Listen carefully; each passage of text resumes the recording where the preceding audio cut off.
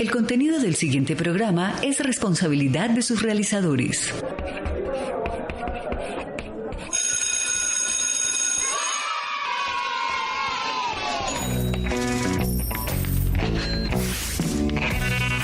Inicia en la Pedagógica Radio Pampedia, la educación como fetiche. Bienvenidos. Buenas tardes, buenas noches, buenos días, dependiendo en el momento en que nos escuchen. Bienvenidos, bienvenidas a esta nueva salida, nueva emisión de Pampedia. Hoy continuamos con la temporada en la cual estamos hablando sobre la inclusión en diferentes escenarios.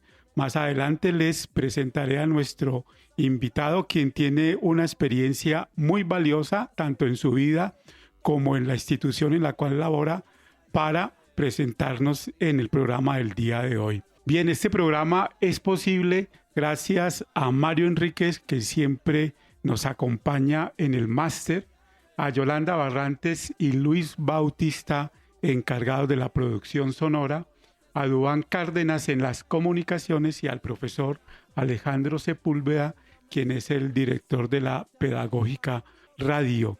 Bien, entonces vamos a hacer una pequeña presentación de nuestro invitado del día de hoy, el profesor Rommel Alexander Garzón Jiménez. Profesor Alexander, ¿cómo se encuentra? Maestro, muy buenos días. Encantado de poder estar en Pampedia y volver a los micrófonos de la Pedagógica Radio. Bueno, profesor, iniciemos un poco contándole a la audiencia algunos datos de su trayectoria de vida. Usted estudió acá en la Pedagógica, ¿no es cierto? Sí, señor. Bueno, yo creo que mi vida la podemos contar en dos etapas grandes. Ajá. Yo inicialmente soy normalista, soy egresado de la Normal María Montessori. Uh-huh. Por esas cuestiones de la rebeldía de la adolescencia, mis papás, ellos son docentes, me aconsejaron que me acercara a la docencia, por eso estudié en la Normal, pero pues no, yo opté en ese momento por estudiar ingeniería de sistemas. Y yo me desarrollé en esta área pues por bastante tiempo. Hace 12 años, debido a diferentes circunstancias de la vida, perdí la visión. Ahora soy una persona ciega desde hace 12 años, pero gracias a adquirir esta discapacidad visual, pues tuve la oportunidad de replantearme ese horizonte de vida.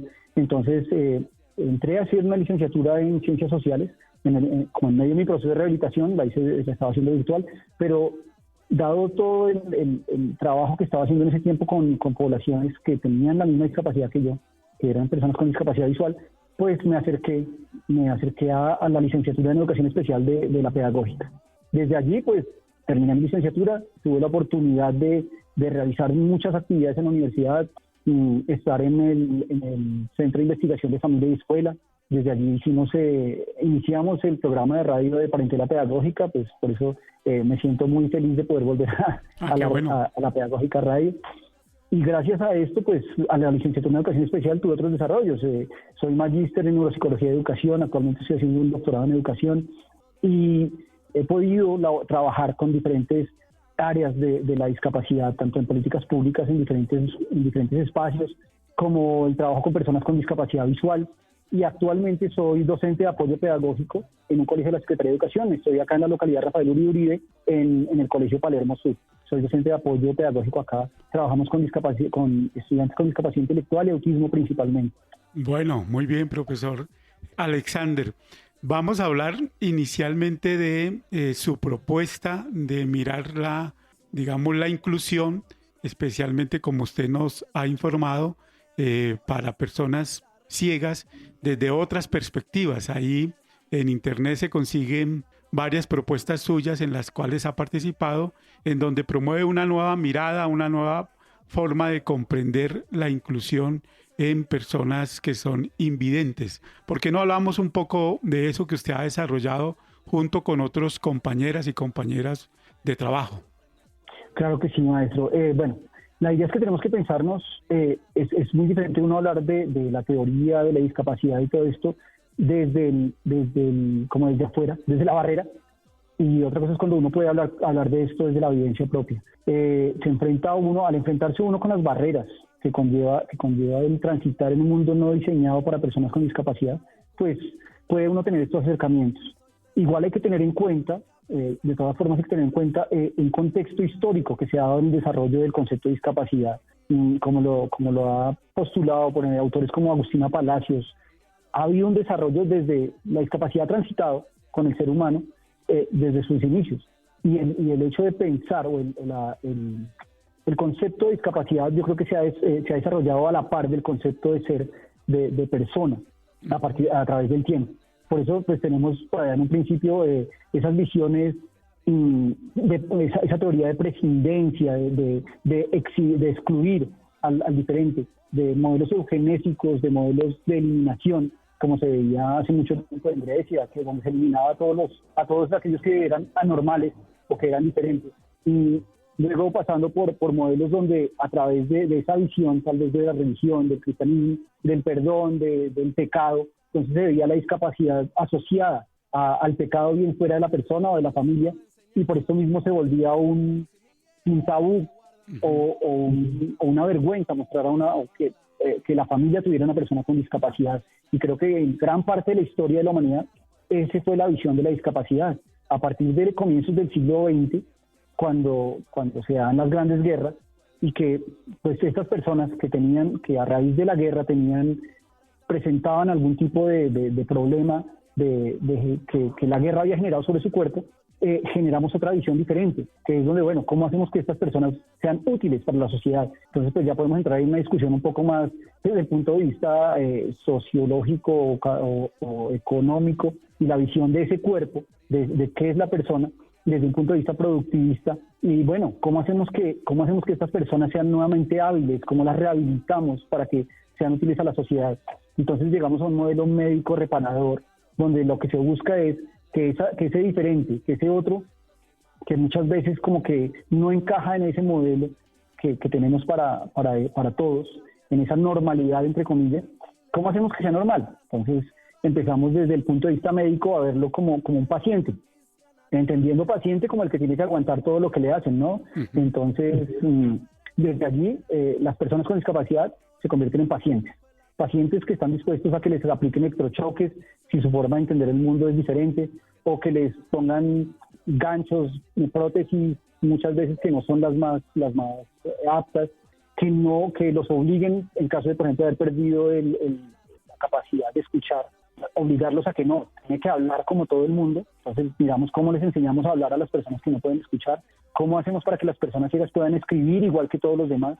Entonces buscamos modelos en que escriban en tinta como todos los demás, y sí, buscamos toda esa forma de rehabilitarlos, de hacerlos, de traerlos a ese molde de la normalidad.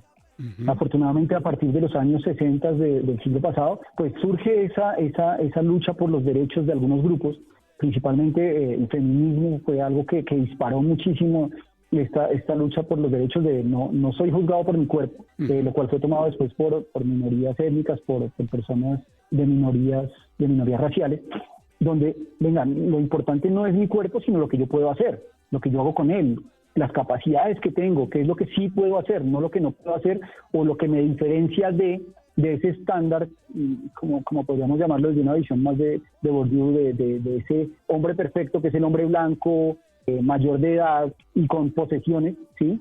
Sino no, habemos una serie de otros diferentes que también tenemos derechos a transitar el mundo y a participar en él, y a apropiarnos también de espacios. Entonces, desde ahí nace esta visión social de la discapacidad, que viene pues a desembocar en este movimiento fuerte que hay hacia ya finales del siglo pasado, del siglo XX y inicios del XXI, donde se da la Convención sobre los Derechos de las Personas con Discapacidad, donde son las personas con discapacidad mismas las que definen cómo debe ser su ser, cuáles son esa reivindicación de derechos. Y creo que esto se resume en la frase principal de la Convención, que es nada para nosotros sin nosotros. Ya no son otros los que deciden sobre nuestros cuerpos, sobre nuestros haceres, sino somos nosotros mismos como personas con discapacidad quienes manejamos esos destinos, esos haceres, esas políticas públicas en muchos casos de las personas con discapacidad. Entonces creo que desde allí es desde donde empezamos a ver o a definir cómo es esta visión de las personas con discapacidad dada desde la misma persona, cómo la misma persona con discapacidad se debe apropiar de sus espacios, de sus cuerpos, de sus territorios, y desde allí poder generar todo tipo de acciones que van relacionadas con ello. Entonces creo que esta visión que queremos con un grupo de personas, que queremos transmitir o que queremos construir o que queremos llevar al mundo, es esa, la persona con discapacidad como hacedora y creadora de sus propios haceres, de sus propios derechos y de sus propios sentires y transitares en el mundo. Muy bien, profesor Alexander, por este recorrido que implica también una recapitulación de cómo las sociedades, especialmente occidentales, han entendido a aquellas personas que por diferentes razones pues tienen alguna discapacidad, como usted lo enuncia. Profesor Alexander, en lo que usted ha participado antes de estar en el colegio, del cual vamos a hablar luego, ¿en qué proyectos participó que usted diga esa experiencia me pareció muy buena, vale la pena referenciarla, destacarla, porque ahí, digamos, la discapacidad se entendió en el sentido que usted la está promoviendo? Creo que uno de los primeros proyectos en los que trabajé en este sentido fue en un momento en el SENA. Buscamos formas de promover la inclusión laboral de personas con discapacidad visual. Ajá. Entonces, desde allí empezamos a formar a un grupo de 17 personas con discapacidad visual en las habilidades necesarias para poder trabajar en call center y contact center, y las diferentes habilidades que se necesitan desde allí. Partiendo desde el principio que para atender el teléfono pues no necesitamos demasiadas, pues no necesitamos otras habilidades diferentes al uso de nuestra propia voz y de nuestro conocimiento y de la formación que se dé. Allí formamos a 18 aprendices para poder llegar al mundo laboral, para poder generar un piloto que se hizo con ellos. Ya. Desafortunadamente, pues esto fue hacia el año 2014-2015. Sí.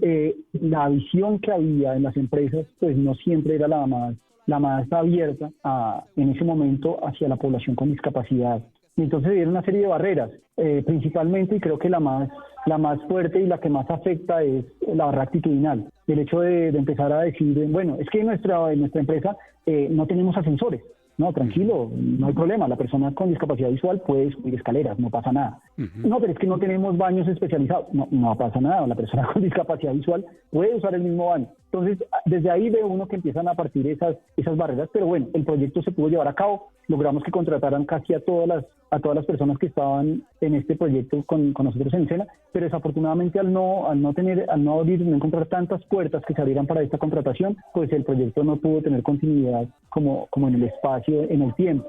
Después de esto, pues hemos tratado de generar diferentes espacios de formación para que la población con discapacidad pueda encontrar herramientas para desempeñarse laboralmente. Pero también hemos desarrollado proyectos en los que formamos docentes para que puedan trabajar con personas con discapacidad visual. Desde otras organizaciones hemos generado o he participado en proyectos en los que formamos docentes, bien sea de cualquier especialidad, no tienen que ser solamente licenciados en educación especial, sino hemos tenido psicólogos, docentes de primera infancia, docentes de educación física, en los que los formamos en ciclología. Es decir, les damos todas las herramientas para que ellos puedan trabajar en sus aulas con personas con discapacidad visual.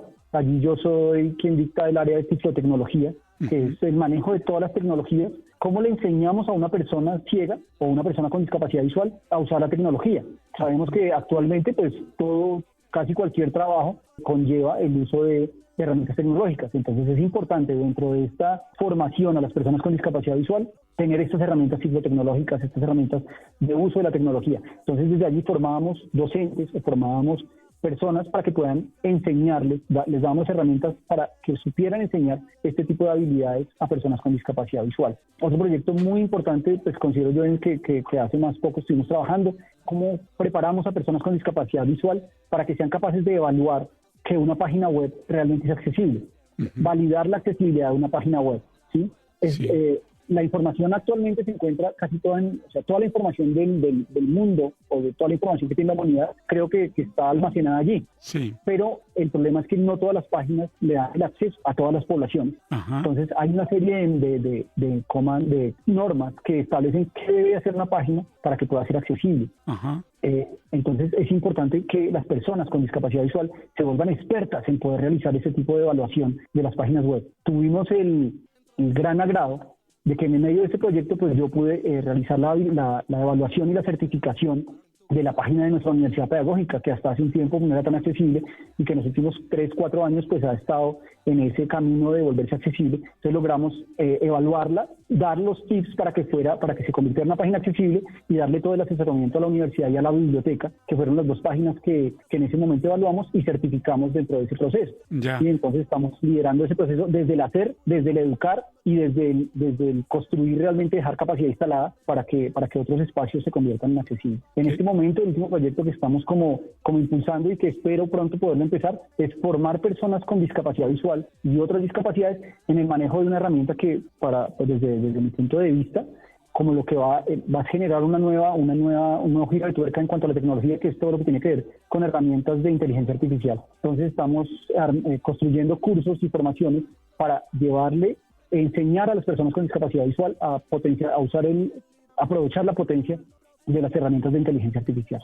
Profesor Alexander, muy buenas experiencias, muy buen, digamos, inicio en el sentido de promover en la sociedad una forma diferente, como usted lo dice, sin tanta teoría, pero sí con acciones que muestran que las personas ciegas pueden y deben integrarse en la sociedad de diferentes maneras. Y como usted bien lo mencionaba, a veces somos la sociedad los que ofrecemos obstáculos a pesar de que ustedes hacen todas las propuestas.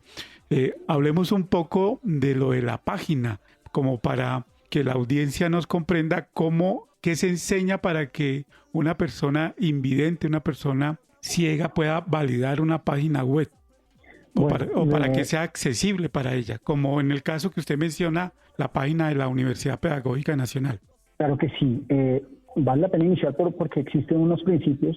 Existe una norma mundial, que es la norma WCAG, que es la norma como que regula las guías. No es una norma, sino son guías para los contenidos de la accesibilidad web. En esta norma se rige como por principios en los que se establece que debe tener una página, no solamente para que una persona con discapacidad visual pueda acceder a ella. La idea de la accesibilidad es que debe ser para todos, que haya un diseño universal. Por ejemplo, si nosotros pensamos en las rampas, hay rampas en los andenes para que, que por cierto muchas veces parquean las motos sobre las rampas y todo eso, pero bueno, las rampas están construidas. Inicialmente se pueden pensar que son para personas que tienen que usar una silla de ruedas, pero esta rampa también le va a servir a la señora que va con un coche, a la persona que va, por ejemplo, empujando un carrito para poner sus ventas. Entonces vemos que si nos pensamos en un diseño, no solamente es para una población en específico, sino para facilitarle ese acceso a todos. De la misma forma, la accesibilidad web busca no solamente poder favorecer a personas con discapacidad visual o a personas con discapacidad auditiva o intelectual, sino a muchas otras personas, no sé, adultos mayores, personas que tengan una conexión lenta a Internet, que les faciliten también ese acceso a la información, y diferentes poblaciones que no siempre, poblaciones con lengua, por ejemplo, personas poco alfabetizadas, ¿sí? Tenemos que pensar en todas las poblaciones para poder tener accesibilidad a las páginas. Ahora, yendo al punto que preguntaba el profe, ¿qué tenemos que hacer para que una página, las cosas básicas para que una página podamos decir que es accesible? Primero, que la página sea comprensible. Es decir, que cualquier persona que entre a la página sea un diseño limpio, un diseño fácil de usar, que cualquier persona pueda entender cómo navegar por esta, ¿sí? Que si yo entro a la página inicial y voy a otra, doy clic en algún sitio y me lleva a otra página dentro del mismo portal, pues que no me cambie por completo, sino que más o menos siga la misma estructura, ¿sí? Entonces la página se hace comprensible y cualquier persona rápidamente entiende cuál es la dinámica o cómo se maneja esa página. Que la página que tenga herramientas que le ayuden a la persona, que lo guíen, que no sea demasiado cargada. Veíamos, por ejemplo, tomando el ejemplo de la Universidad Pedagógica, que la página de la Universidad Pedagógica, de la Universidad Pedagógica tenía alrededor de 300 links, 300 conexiones. Entonces, para poderla recorrer, si uno quería encontrar la información, a veces era muy difícil. Entonces, en la medida en que hacemos que el diseño sea un poco más limpio, más sencillo, cualquier persona puede encontrar de una forma mucho más sencilla la información, ¿sí? Tenemos que darle herramientas a las personas para que puedan entender que haya diferentes formas de comunicar la información. ¿Qué quiere decir esto? Pues que si llega una persona sorda y se encuentra con un video, por ejemplo, bueno, puede que no tengamos la interpretación en lengua de señas, pero que haya una forma en que la persona le clique en un sitio y le descargue el texto de lo que está, por ejemplo, en esta charla, ¿sí?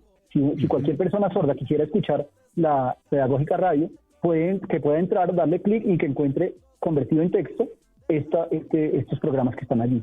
Entonces, son principios como estos pensando en diferentes personas. Por ejemplo, que una persona con discapacidad intelectual o una persona que no tenga una alfabetización muy amplia pueda entrar y encontrar un texto sencillo, un texto simplificado de un documento.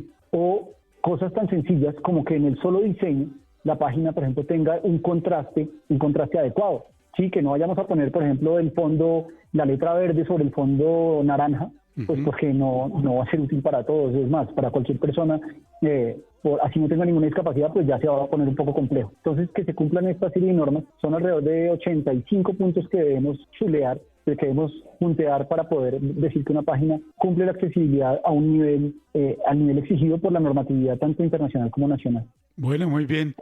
Antes de irnos a la pausa musical, profesor Alexander, me llamó la atención lo de la moto, pero también en su presentación ha insistido en que la sociedad no abre las puertas de manera más efectiva o de manera más clara. ¿Qué decirle, profesor, a los que, entre comillas, no somos invidentes o no tenemos alguna, entre comillas, discapacidad, para que tengamos actitudes, acciones, formas de ser más inclusivas con los demás? Uy, profe, es una pregunta tan extensa y tan profunda a veces.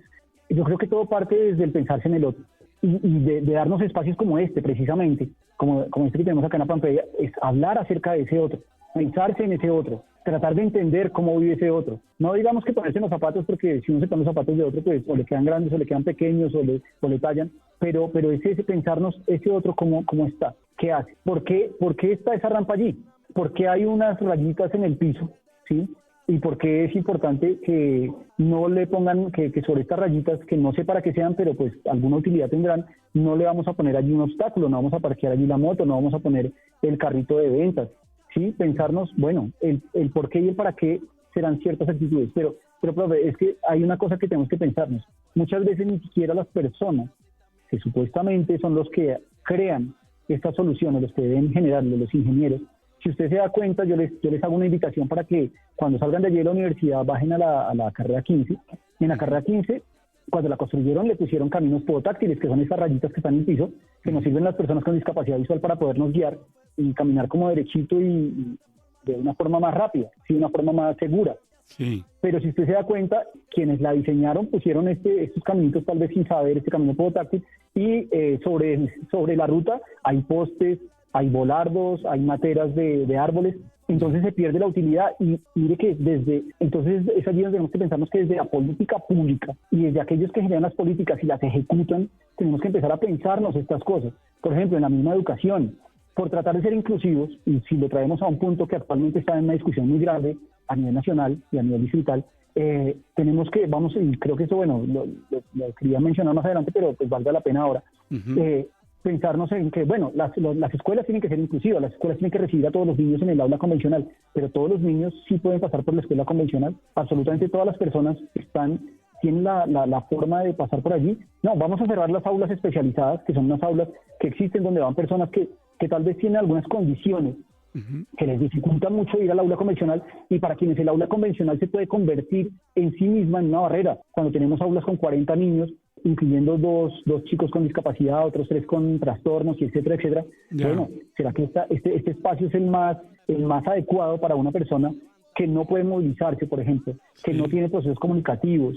Pero igual en este momento la ley nos está exigiendo que llevemos a un chico tal vez de grado 8º o 9º a un aula convencional cuando no ha podido desarrollar otro tipo de habilidades que le serían más útiles, y que tenemos otros espacios donde le podemos garantizar realmente ese derecho a la educación. Entonces son cosas que debemos pensarnos de una forma tal vez un poco más profunda, pero creo que, como le decía inicialmente, el punto más importante es hablemos del tema, preguntémosle a la persona, preguntémosle, venga, ¿usted cómo camina? ¿Usted cómo hace para ir de aquí hasta su casa? A la persona sorda, venga, ¿usted cómo hace para estar en clase? ¿Sí? Porque pues, en la pedagogía tenemos muchas personas sordas y no siempre tenemos los intérpretes necesarios. Claro. Entonces son cositas que hay que pensarnos. Bueno, profesor Alexander, pues muy buena la charla, muy bueno todo lo que nos ha dicho.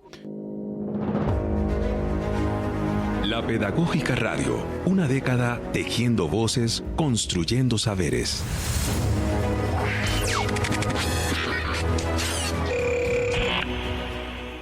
Escuchas Pampedia. La educación como fetiche. Bien, continuamos nuestro diálogo con el profesor Rommel Alexander Garzón Jiménez. Como él no lo explicó, no lo contó, hace más o menos 12 años es invidente y a partir de ello ha comenzado una labor que lo ha llevado por el SENA, por universidades, por relacionarse con personas que trabajan con otros que son invidentes, para que sepan o sepamos cómo trabajar, cómo enseñar, cómo aprender de ellos.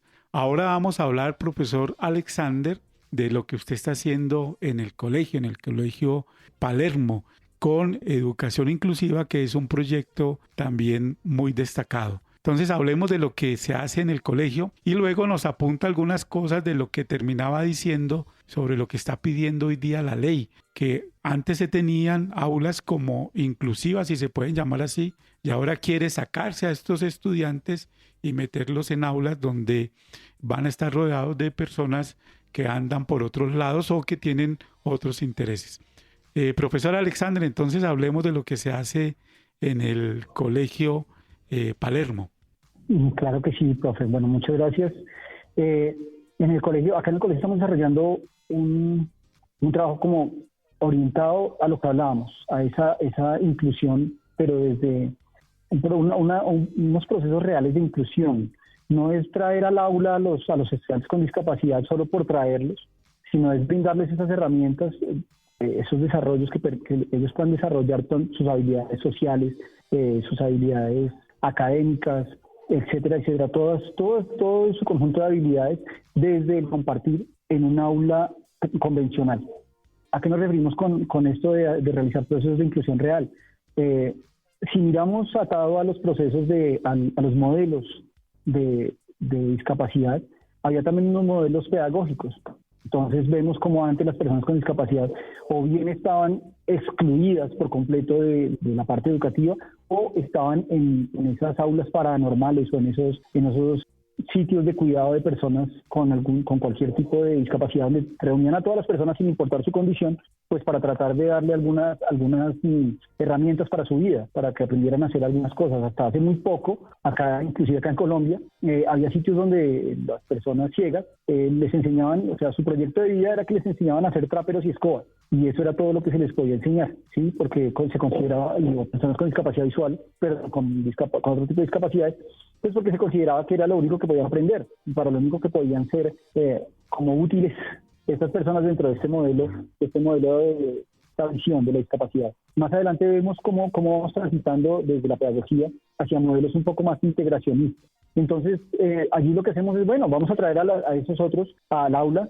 convencional, pero lo colocamos, lo importante es que esté en el salón, debemos cumplir el requisito que esté en el salón. Entonces lo colocamos allí y mientras con todos los niños estamos viendo sumas y restas, pues a este otro niño diferente, pues como él es un pobrecito niño, él no tiene las capacidades, entonces mientras tanto usted dibuje, usted coloree, usted sea feliz, eso es lo importante, que usted esté allí y ya está en el aula y bueno, hasta ahí llegaba y este era el modelo integracionista. Con este modelo de inclusión real a partir de la convención sobre los derechos de las personas con discapacidad, buscamos que las personas con discapacidad transiten estos espacios, pero debemos pensar lo que es una forma en que realmente sea conveniente con la persona.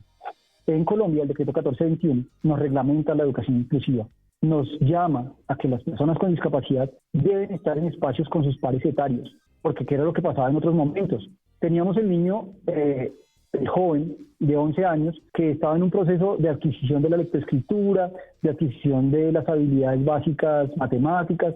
Entonces, como esos aprendizajes eran equivalentes al de un grado primero, pues íbamos a poner a este estudiante de 11 años en un grado primero con niños de 6 años. Pues obviamente sus intereses, su desarrollo físico y emocional, pues iba a ser muy diferente al de un niño de 6 años. Ahora estoy el decreto 1421, que deben estar con sus pares etarios, ¿sí? Que deben estar con sus compañeros de la misma edad, con los que tienen los gustos similares, con los que tienen desarrollos físicos y emocionales similares, y desde allí pues pueda tener otro tipo de desarrollos. Eso es lo que tratamos de buscar acá en el Colegio Palermo Sur. Otra cosa que hemos implementado, en muchos colegios se tenía como ese pensamiento de, pues como esta personita con discapacidad, porque así es como la etiquetan, no va a poder aprender, pues lo importante es que transite, ¿sí? Que ingrese y transite y se gradúe.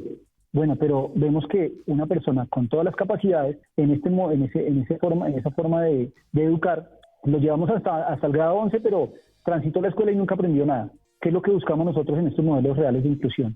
Que la persona llegue al aula, el estudiante llegue al aula, se le haga una valoración integral de todos sus procesos, de cuáles son sus capacidades. Si bien hay unas dificultades, hay unas condiciones que son inherentes a su ser. Por ejemplo, en mi caso, yo no puedo negar que mi parte visual no funciona. Tenemos esas condiciones que son reales, pero tenemos que buscar cuáles son las barreras que se le están interponiendo a esta persona para poder desarrollar su proceso de aprendizaje. Entonces, analizamos desde qué capacidades, desde qué posibilidades tiene el estudiante y desde allí lo llevamos y planteamos objetivos reales que el estudiante debe cumplir, que con el trabajo mancomunado, con la familia y con el sector salud, con las terapias que se le solicitan al estudiante, que le solicitan a la familia que desarrolle, pues buscamos que pueda desarrollar todas las habilidades y puede que a otro ritmo, a un ritmo diferente que el de sus compañeros de clase. Puede que este niño de 11 años o de 8 o 9 años, pues ya no va a estar con los de 6 años, pero va a estar en un aula de grado tercero o cuarto, con compañeros de la misma edad con los que va a estar aprendiendo. ¿Esto qué conlleva? Además tenemos que cambiar la mentalidad de los docentes. Tenemos que formar a los docentes y darles las herramientas para que los docentes puedan acompañar a estos estudiantes en su proceso. Es un proceso diferencial, es un proceso que muchas veces genera esos choques cognitivos para los profes, pero es algo que estamos haciendo. Mi labor como docente de apoyo aquí ¿cuál es? Acompañar a los docentes, mirar, venga, este estudiante, ¿qué le podemos exigir este periodo? ¿Hasta dónde lo vamos a llevar? Pero objetivos reales, logros reales y que el estudiante se sienta que realmente no solamente está habitando la escuela, sino que realmente él pasa por la escuela y además la escuela pasa por él y está logrando aprendizajes reales. Yeah. Para apoyarnos en este proceso tenemos algunos, por decirlo así, apoyos, algunos acompañamientos. Contamos desde el año pasado con prácticas de la Universidad Pedagógica, la licenciatura en Educación Especial, nos están acompañando para poder aportar a este proceso, aportar dentro del aula desde el punto de vista y de los aprendizajes de las practicantes de la licenciatura en Educación Especial. Hemos logrado convenios con el IDRD, con el Instituto Distrital de Recreación y Deporte, para que les generen a estos estudiantes otros espacios en los que ellos pueden desarrollar otras habilidades. De la misma forma con IARTE, desde el programa CREA, pues para que vengan y nos den toda esa construcción en artes para que pueda fortalecer estos saberes de los estudiantes. Como vemos,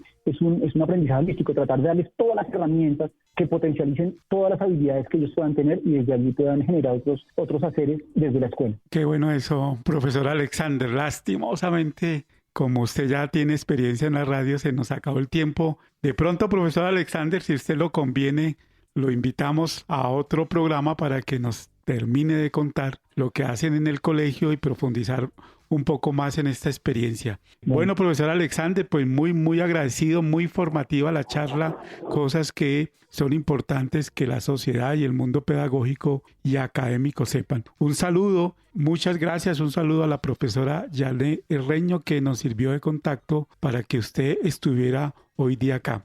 Si quiere un corto saludo a la audiencia para despedirnos ya, profesor Alexander.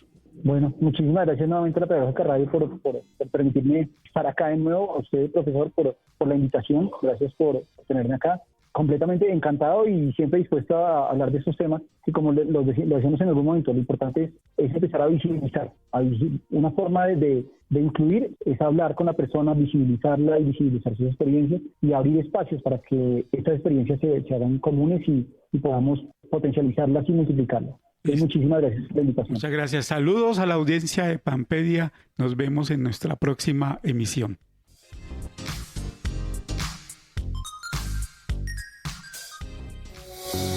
La Pedagógica Radio.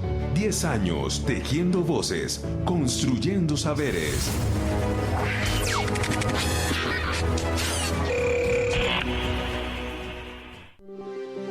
Quédate con las voces y los sonidos que enseñan de la Pedagógica Radio.